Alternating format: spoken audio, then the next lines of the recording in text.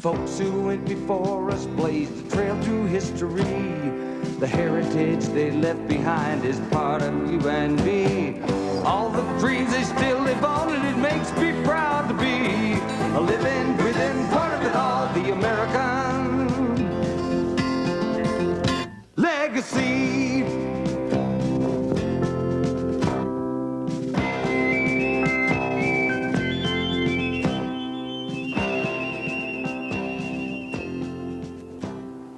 We are a nation of products. Everywhere you look, products surround us. Finished goods of all kinds, a variety of items for sale and things to buy, even gadgets to play with. Why is it that the United States is so good at making things? This country of ours produces over half of all the finished products in the entire world. Everything and anything from automobiles to furniture, from toys to telephones. Some things are made to look so appetizing that we want to eat them. Other finished goods are made so warm that we want to wear them. We, of course, make homes to live in, schools to learn in. Some of the products made are easy to put together, while others, well, they take more time. Do you recognize what this is? Well, obviously, it's a rim with tiny holes drilled in it.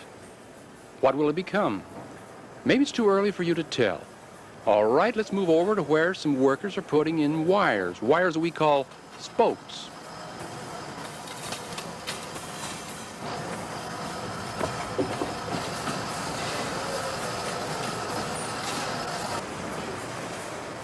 Now you should be able to tell me that this is you're right, a bicycle wheel. This is how bicycles are assembled, here on what is called an assembly line. It's a very important part in the making of things. A bicycle is really nothing more than parts.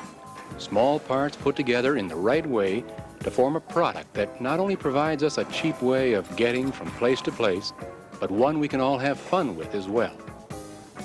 Each person who works here in the factory has a special job in putting the parts together, perhaps only one part at one time. As the bike is slowly assembled, it is moved down the assembly line to the next worker, who will put on or attach still another part until the product is complete.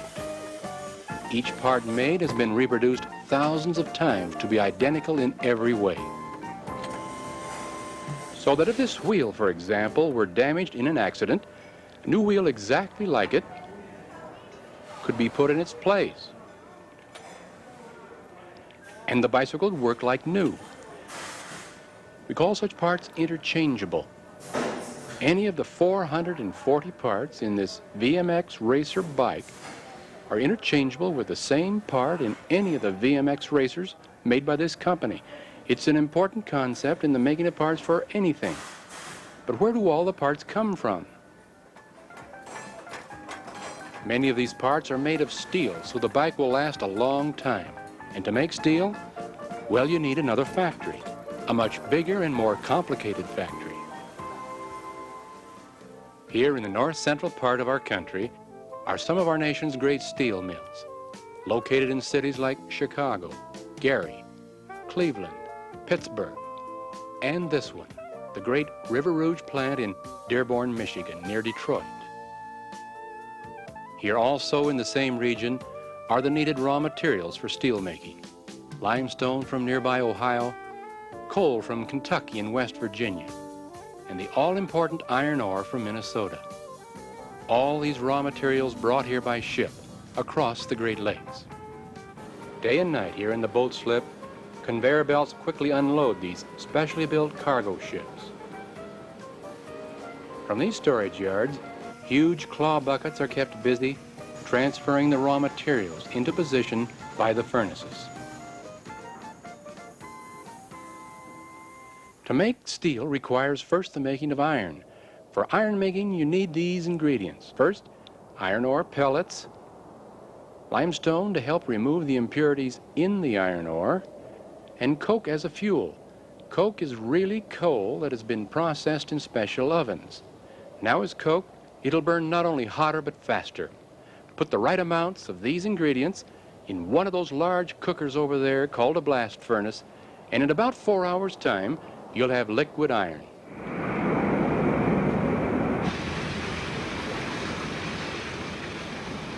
Blasts of hot air force temperatures up to 3,000 degrees Fahrenheit. That's hot enough to melt almost anything except this gigantic torpedo ladle. It's like a thermos bottle, keeping the molten iron hot on its way to the next step in the making of steel. This is what iron looks like when we let it cool and cast it in certain shapes. It can be very useful, but it's also very brittle. Under great pressure, it will often crack or even break apart. It lacks the strength and toughness of steel because it has too much carbon and other impurities in it. So to change iron into steel, we have to put this back into the oven again. Only this time we call it a basic oxygen furnace. Here in the control room, the operator is like a cook, adding just the right amounts of molten iron, limestone, scrap steel, and sometimes even other metals necessary to make the exact recipe of steel requested by the customer. Oxygen is then blown into the furnace under great pressure to get the tremendous heat necessary to burn away the impurities and to purify the mixture. In just over a half an hour, the batch is ready, tapped and poured, filling up these huge rectangular-shaped ingot molds. It's not long, however, before even that shape is changed. Here in the slab mill, great amounts of energy set machinery in motion, transforming this chunk of steel into more useful shapes and sizes. When steel is rolled, squeezed, and shaped, the results are amazing. 1,001 steel products that can be made and sold all over the world. Here also are the beginnings for making those bicycle parts we saw earlier, or larger parts for something we almost take for granted, the automobile. Here in this huge Ford factory, over 3,000 different parts, many of them redesigned each year, must end up at the right place and at the right time in order to make each one of these new automobiles complete. I've been working on the line. I've been working on the line. Again, the assembly line makes it all possible, moving each partly assembled car along to another station where another part is quickly put in place. Imagine being able to put a motor in a car or bolt on a wheel in just seconds.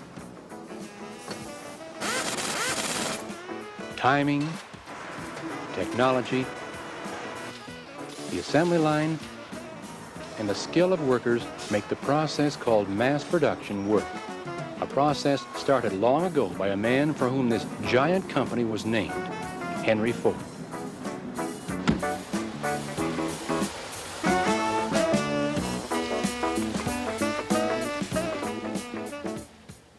This is where the Ford Motor Company in Detroit began, in this small shed with this machine, built by the man who would become the first to make automobiles successfully in mass production. This was one of the first cars built by Henry Ford. It was powered by a 2-cylinder engine, mounted here under the seat, the weight carried through here with these 4 oversized bicycle tires. This long handle, called a tiller, was the way that you steered it, moving it right or left to move the front wheels.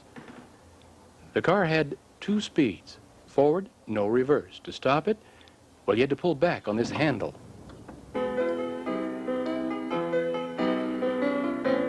Early on June 4th, 1896, Henry Ford successfully test drove his first car here on the streets of Detroit.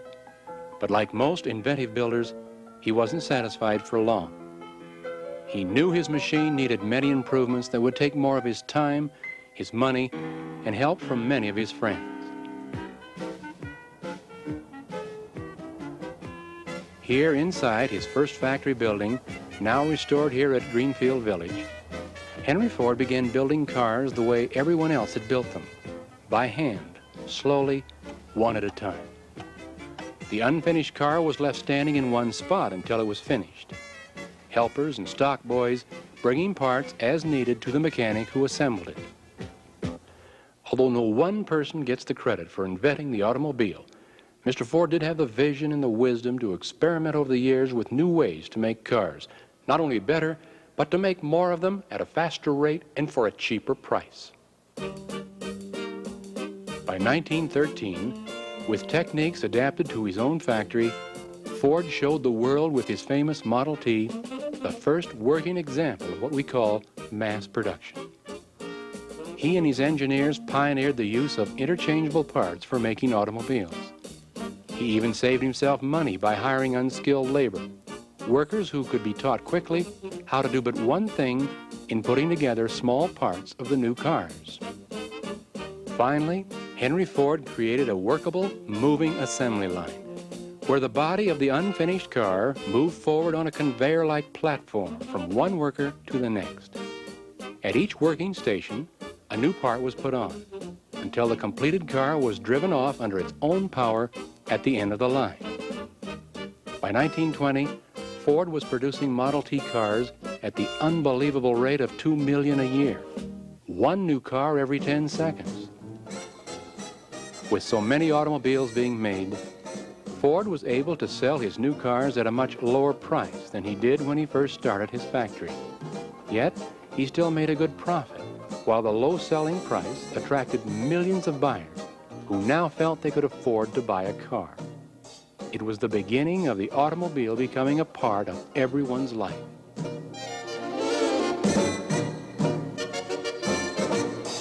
Henry Ford did a great deal to help change American industry, especially the way we made things.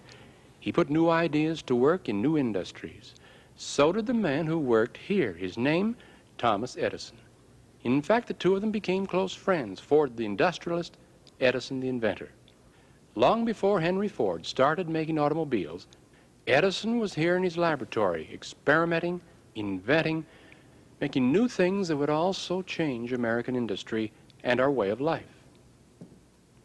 He's best known for this invention, the incandescent lamp.